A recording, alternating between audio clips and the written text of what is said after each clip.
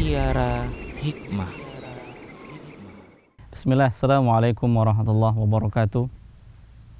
Alhamdulillahi wa kafa. Wassalatu wassalamu ala nabiyil mustafa wa alihi wa ashabihi wa man tabi'ahumul huda. Para pemirsa Rosyad TV yang dimuliakan oleh Allah, kembali lagi di program Mutiara Hikmah, serial Ya Bunayya, Wahai Anakku. Allah Subhanahu wa Ta'ala mengatakan di dalam surat As-Saffat ayat yang ke-102, A'udzubillahi minasyaitonirrajim. Falamma balagha ma'ahu as-sa'ya qala ya bunayya inni ara fil manam anni athbahuk fanzur madza tara. Qala ya abati if'al ma tu'mar satajiduni insyaallah minas sabirin. Para pemirsa Rosyad TV yang dimuliakan oleh Allah, di antara kenikmatan yang Allah Subhanahu wa Ta'ala berikan kepada pasangan suami istri, yaitu diberikan karunia berupa anak-anak yang soleh dan soleha. Anak itu merupakan dambaan pasangan suami istri, dan tidaklah mereka menikah kecuali menginginkan hadirnya buah hati di tengah-tengah mereka. Hanya saja Allah Subhanahu wa Ta'ala menjadikan ini semua sesuai dengan kehendak Allah. Lillahi mulkus samawati wal ard yakhluqu ma yasha yahabu liman yasha'u inata wa yahabu liman yasha'u dhukur aw yuzawwijuhum dhukrana wa inata wa yaj'alu man yasha'u aqima innahu alimun qadir. Milik Allah lah apa-apa yang ada di langit dan di bumi. Allah Subhanahu wa Ta'ala menciptakan apa yang dikehendaki oleh Allah Subhanahu wa Ta'ala. Allah karuniakan anak laki-laki bagi siapa, Allah karuniakan anak perempuan bagi siapa yang dikehendaki. Allah karuniakan anak laki-laki bagi siapa yang dikehendaki.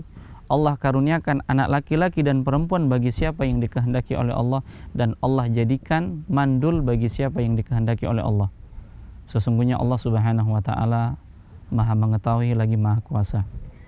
Para pemirsa Rosyad TV yang dimuliakan oleh Allah, kehadiran anak ini sesuatu yang ditunggukan. Bahkan para nabi juga berdoa kepada Allah Subhanahu wa Ta'ala.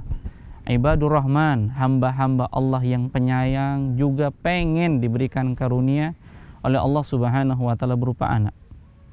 Doa Nabi Ibrahim, Rabbi habli minas salihin. Ya Allah, karuniakanlah kepadaku anak-anak yang soleh.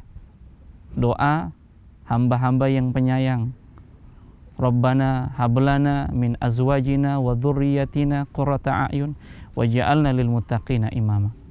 Wahai Rabb kami, karuniakanlah kepada kami istri-istri kami dan anak-anak kami yang menjadi penyejuk pandangan mata, dan jadikanlah kami pemimpin orang-orang yang bertakwa. Kaum muslimin, kaum muslimat yang dimuliakan oleh Allah, ada apa ketika seorang itu mendapatkan anak yang soleh dan soleh? Apa keuntungannya?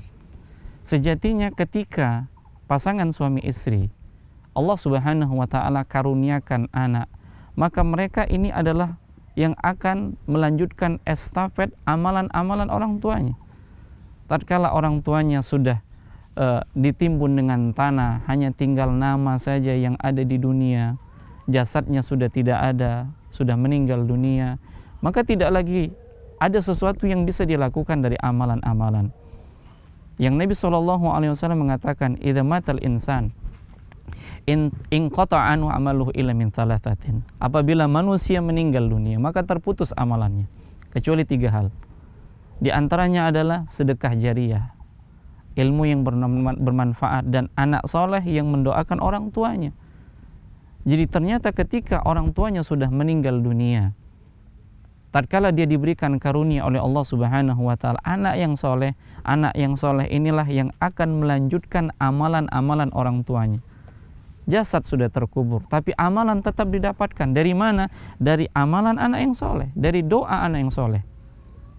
Doa ibadah atau doa masalah, yang setiap amalan ibadah yang dilakukan oleh si anak ini sampai untuk orang tuanya.